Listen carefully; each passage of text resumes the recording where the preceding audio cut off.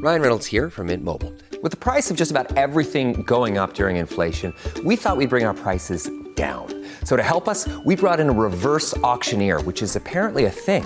Mint Mobile Unlimited Premium Wireless. How to get 30, 30, bit to get 30, bit to get 20, 20, 20, bit to get 20, 20, bit to get 15, 15, 15, 15, just $15 a month? Sold! Give it a try at mintmobile.com/switch. $45 up front for 3 months plus taxes and fees. Promo rate for new customers for limited time. Unlimited more than 40 gigabytes per month. Slows full terms at mintmobile.com. How do you feel great on vacation? Like really good? Easy. You go to Aruba. You'll spend your time relaxing on cool white sand beaches and floating in healing blue water. You'll immerse yourself in natural wonder and find your center on an island where things move at your speed. You won't just feel great, you'll feel relaxed, renewed, and ready for life. That's the Aruba effect. Plan your trip at aruba.com. How much drama does your family experience regarding food? Okay, do phrases like these sound familiar? You're not getting down from this table until you eat something. Please just eat at least one bite. No, you can't have dessert unless you eat 5 bites of your meal.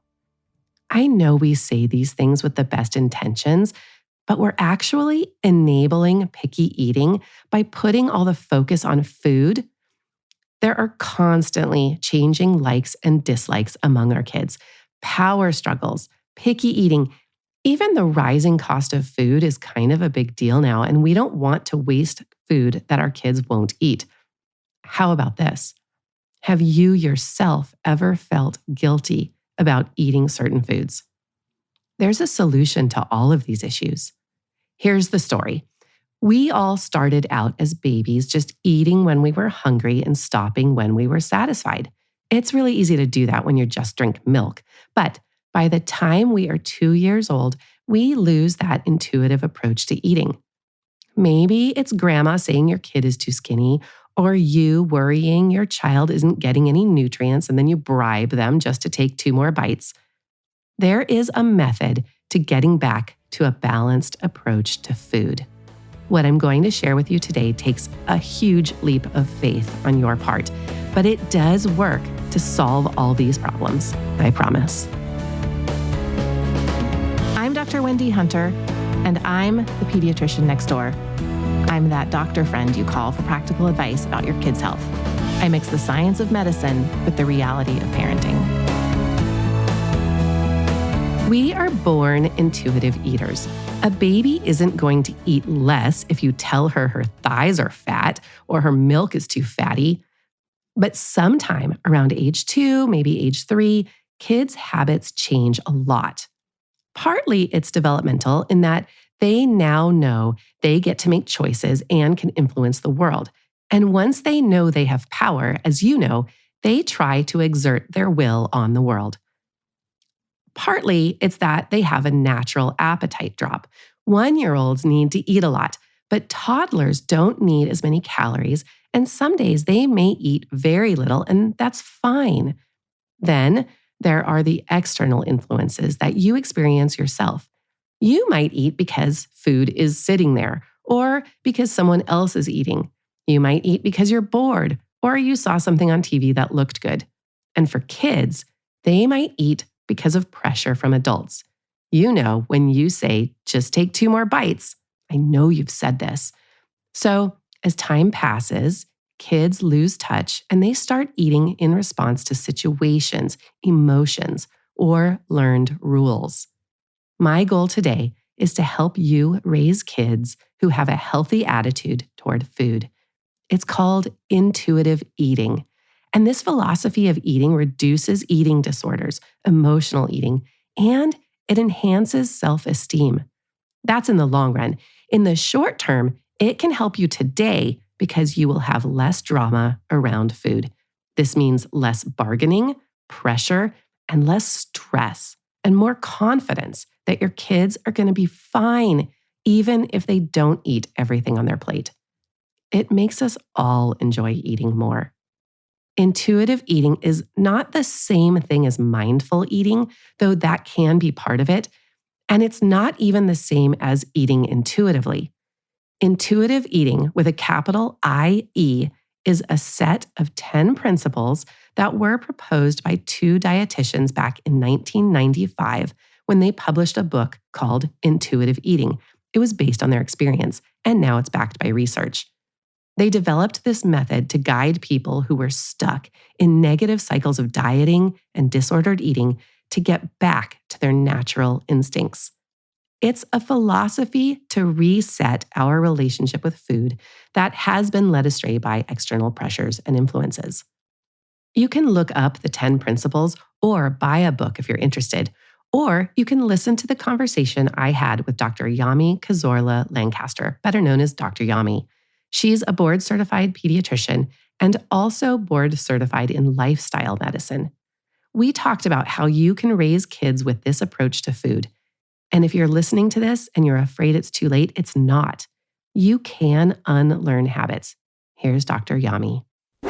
The premise is you eat when you're hungry, you stop when you're satisfied, you're mostly eating good, healthy foods, but you're able to eat the ultra-processed foods and these kinds of foods in moderation because you're not overly restricting yourself all the time. You're not in that diet mentality. You're paying attention to your body. You're really tuning in. And so they have these 10 guidelines that they have, and it applies to anybody. It applies to people who have been dieting for a long time, even people who have experienced eating disorders. You can relearn how to be an intuitive eater at any point in your life.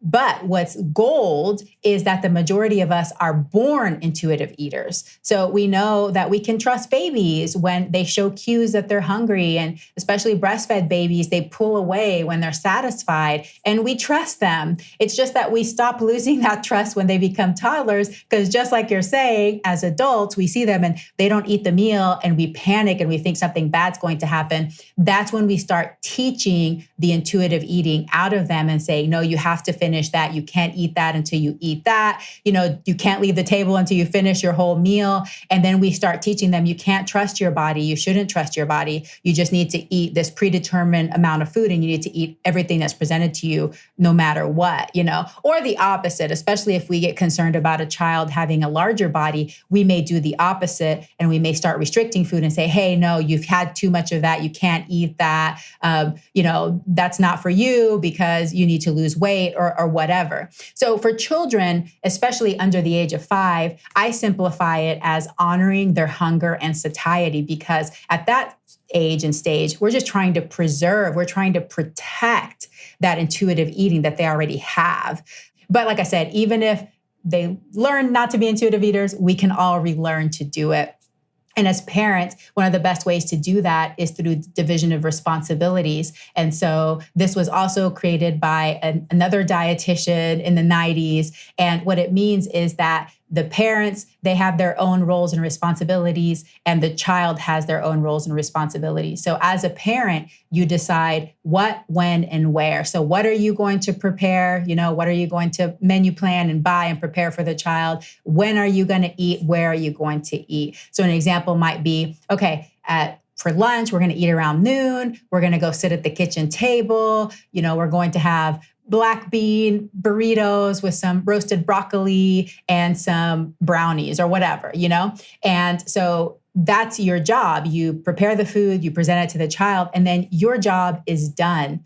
And now it crosses over into the child, and the child determines if they're even going to eat at all and how much they're going to eat of whatever. So they may have their whole brownie and a couple of bites of the burrito, and they're done and they're ready to go play again. And so usually what happens in our culture is at that point, we decide you haven't eaten enough. And so you need to eat more of that. You can't go play until this. And so when we do that, we're crossing over into their autonomy. So what I recommend is instead, you take a deep breath, look away so that you don't give the mom look, and you trust them. And it takes time. It takes patience. You may experience a lot of anxiety while you're learning how to do this again.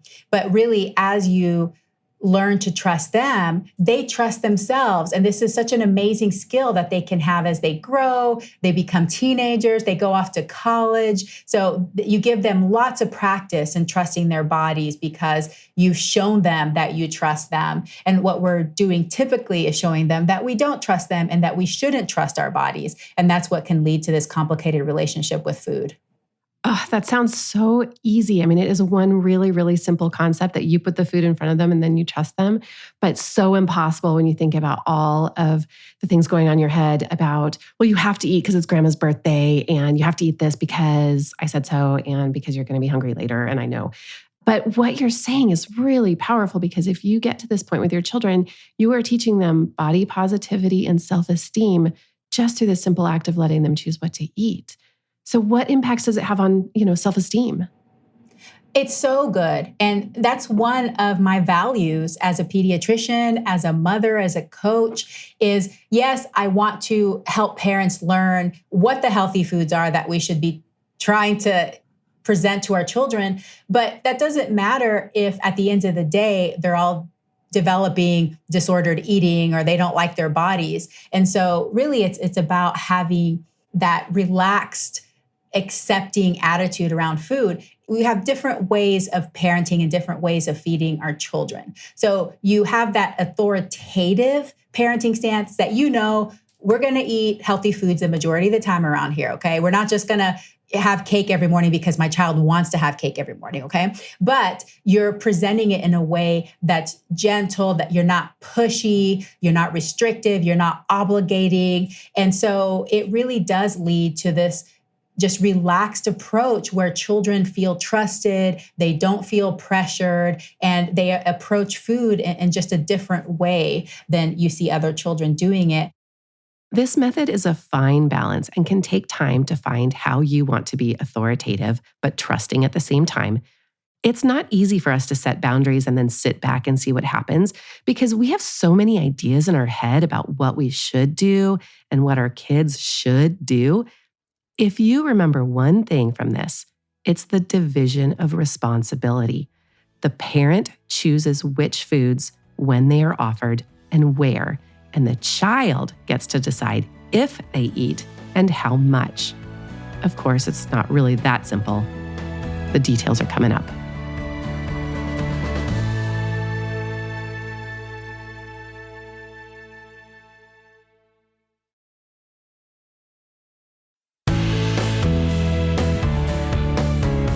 This idea of a division of responsibility sounds great, but how do you do that at home?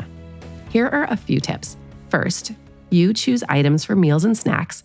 Always have one of what I call a considerate food. That's a food we know our child will accept and eat, like bread, rice, or crackers. Think of how you would feel at a meal in a foreign country where you don't see anything familiar on the table. You might be so relieved to see rice. Next, I want you to close the kitchen. That means after a meal or snack, there's no food until you next offer it. That means no snacks right after dinner, no alternate meal after they reject the family meal, and no glass of milk because they didn't eat dinner. This is what we mean by setting boundaries. This is the boundary. The kitchen is closed. Until they figure out that your child can go and take their own food, but don't help them or make that suggestion. They may not realize they can get their own food. Seriously, I don't know. The division of responsibility also means that you need to accept that your child might eat more or less than you want them to. Remember, it is not your job to get your kid to eat. It's your job to provide nutritious meals and snacks. When you give your kids a set meal and snack structure and a schedule where a variety of foods are offered in a pressure-free way, they will eat or not and learn to eat in a way that is right for their body. How are they supposed to learn how it feels to eat too much or not eat enough and be hungry later if you don't let them try that out? If they don't eat, they can be hungry and wait until the next snack or meal is offered, and that's fine. What about kids who really don't seem to have an appetite at all or extremely picky eaters? Here's Dr. Yami's experience.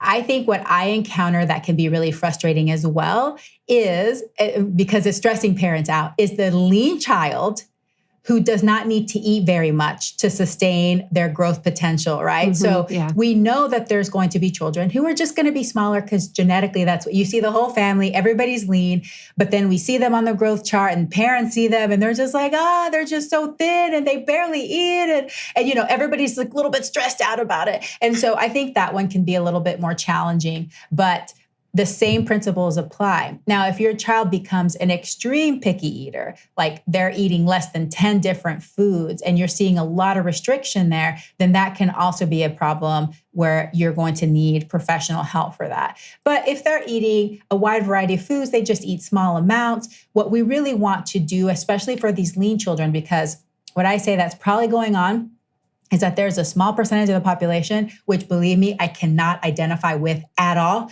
that they just eat to live. They don't live to eat. I'm more of the live to eat variety of genetics, but there's just some that they're just going to eat just to feel satisfied. And their main priority in life is to go do other things. Yeah, I'm never going to understand that either. I wish I was like that, but no. Like seriously, I've never experienced that one day in my life. But what we really want to make sure is for those children, structure is really important because you cannot necessarily expect that they're going to make eating a priority, especially when they become a teenager, because teenagers, like they're energy conservers, if you know what I'm saying. So they're not going to go prepare themselves a meal. So we need to make sure that they have structure, that they're helping them get those meals together. You're getting them to sit down. Let's at least see, are you hungry? Tune in, not forcing them, but you want to have the structure. And then especially for these lean kids too, avoiding this all day grazing, avoid juice in between meals, avoid having caloric substances in between meals because it'll be just enough to satisfy them.